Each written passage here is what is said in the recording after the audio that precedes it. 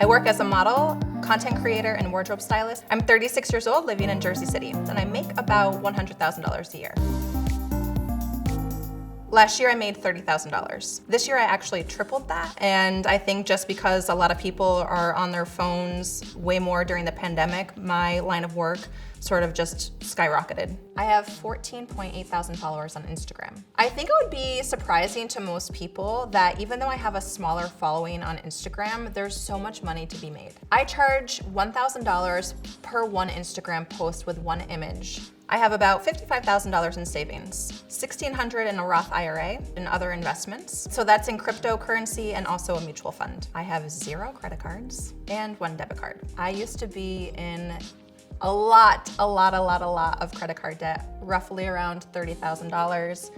I had no way to get out until I found this nonprofit organization where they take your credit cards, they reduce all of your APR finance rates, and you get out of the program in 5 years. And so I'm completely out of all of that credit card debt. After taxes, my take home is about $7,000 a month. $1,500 a month goes to rent. $615 a month goes to car payments and car insurance. $112 goes to utilities. I spend $200 on monthly subscriptions. That leaves around $4,573 a month to spend. Here's my last debit card statement. My most frequent purchase is definitely clothes. The reason why I purchase so many clothes is because I do a lot of fashion hauls and try-ons on Instagram and YouTube. I probably return about 50 to 75% of the clothes that I buy. I spend $37 at The Gap, $51.74 at Nasty Gal, $39.99 at Abercrombie & Fitch, $43.24 at Nordstrom Rack, and $99.90 at American Eagle. A lot of people think that being an influencer is cool because you get a lot of free stuff, a lot of free clothing, a lot of free gear.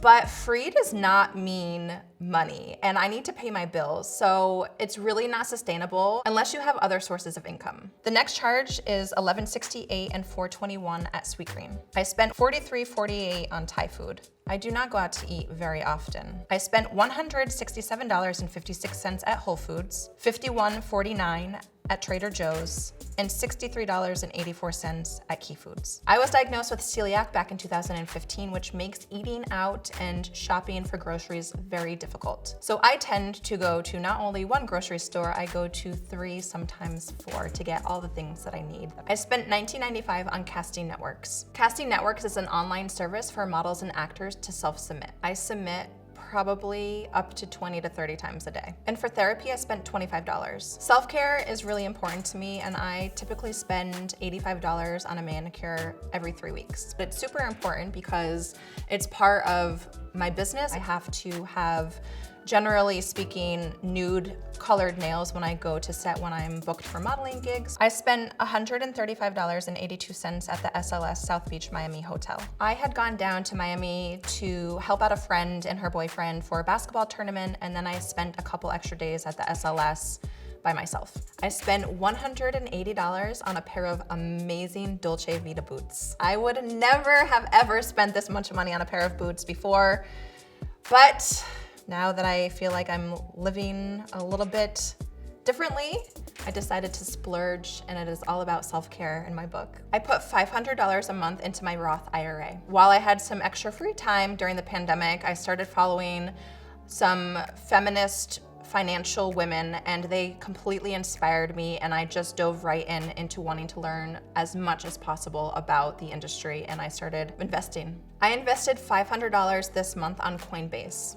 I invested $900 in Bitcoin, and it's currently at $1,701.97. I don't plan on pulling out anytime soon. I think that this is a long-term investment for me. $150 on Venmo. That was for a gift for my photographer, $49.95 on a monthly Fabletics subscription. I no longer pay that monthly subscription because I now work with them and they give me free clothing every month. I spend $20.51 on renter's insurance, $10.66 on Amazon. I am a huge dork at heart, and I belong to an amazing book club full of amazing women. I will buy my books off of Amazon but I tried to buy hardcover books and I tried to buy them used. I spend about $25 a month on getting my laundry done. Because I don't have a washer and dryer in my apartment, I take it to get it done every 3 to 4 weeks. $58.16 on an edible arrangement. This was for my sister-in-law's birthday. It was a gift. $25 on Starbucks. Buying coffee is definitely a treat for me. It's not something that I spend money on often. I spent $115.14 on health insurance. So I essentially didn't have health insurance for probably 5 or 6 years. What made me get health insurance is probably my mother. $212.18 at Walmart. They have really, really, really good clothing. It's really important for me to become even more financially literate because nobody taught me about any of this stuff. I've completely taught myself. I just feel like the finance world has been something that men have sort of ruled and ran, and we can be independent financially. We as women just need to be more in control of not only our finances, but our bodies and everything else.